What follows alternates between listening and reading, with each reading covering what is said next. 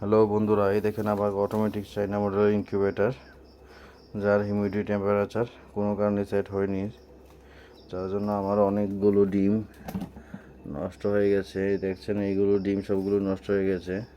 তার মধ্যে কিছু ডিম ফুটেছিল, তার মধ্যে 5টা বাচ্চা এখন আছে, আর বাকিগুলো ডিমের মধ্যেই মারা যায়। ভালো করে ফুটতে পারেনি ডিমগুলো, ডিম থেকে বের হতে পারেনি, তার জন্য বাচ্চাগুলো মারা যায় আমার।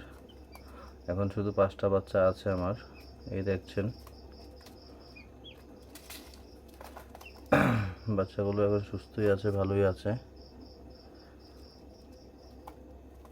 এগুলোকে একটু খাবে, একটু ঘুমাবে, এভাবেই ওদের দিন কাটে। দেখবেন আমার আগে কিছু ভিডিও ছিল যেগুলো যখন বাচ্চা ফুটেনি, 16 দিন 15 দিন বয়সে হ্যাচিং ডেতে তখন কিছু ভিডিও দিয়েছিলাম, আপনাদেরকে দেখিয়েছিলাম। এগুলো এখন সেই ডিমগুলো থেকে বাচ্চা ফুটেছে। 48টা ডিম দিয়েছিলাম, তার মধ্যে 5টা বাচ্চা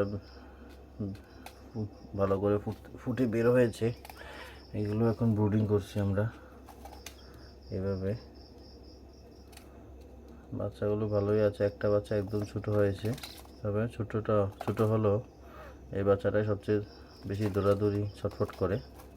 ছোট বাচ্চাটা, এই যে দেখতে পাচ্ছেন, একদম ছোট বাচ্চাটা। এই ছোট বাচ্চাটা ওটাই বেশি চিল্লাচিল্লি করে।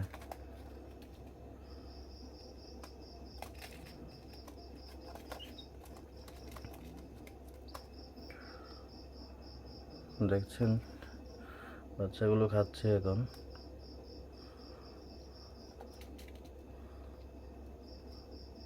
বাচ্চাগুলো ভালোই আছে। এগুলো করকনাথের বাচ্চা, একদম কালো কালো। বাড়ির ডিম ছিল, বাড়িতে আমার কিছু করকনাথের মোরগ আছে, ওগুলো থেকে এই বাচ্চাগুলো ফুটেছে। ওগুলো ডিমই দিয়েছিলাম আমি মেশিনে, ওগুলো থেকে এই বাচ্চাগুলো ফুটেছে। আমার আগেও কিছু ভিডিও দেওয়া আছে, এগুলো দেখবেন।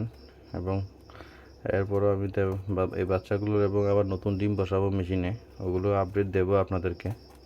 দেখবেন যে কীভাবে বাচ্চা ফোটাতে গেলে কী কী সমস্যা হয়, বা কতটুকু পার্সেন্টেজ হ্যাচিং হয়, কীরকম ডিম দিতে হয়, বা ক্যান্ডেলিং কীভাবে করতে হয়, বা মেশিনে কী কী যত্ন নিতে হয়, কন্টিনিউ মেশিনে কী কী দেখতে হয়।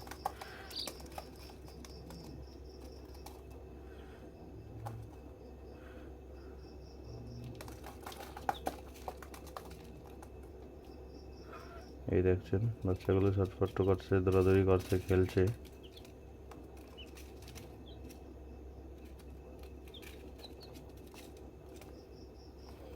একটা এইভাবে ঘুমাচ্ছে, পরে পরে ওরা একটু খাবে, একটু ঘুমাবে।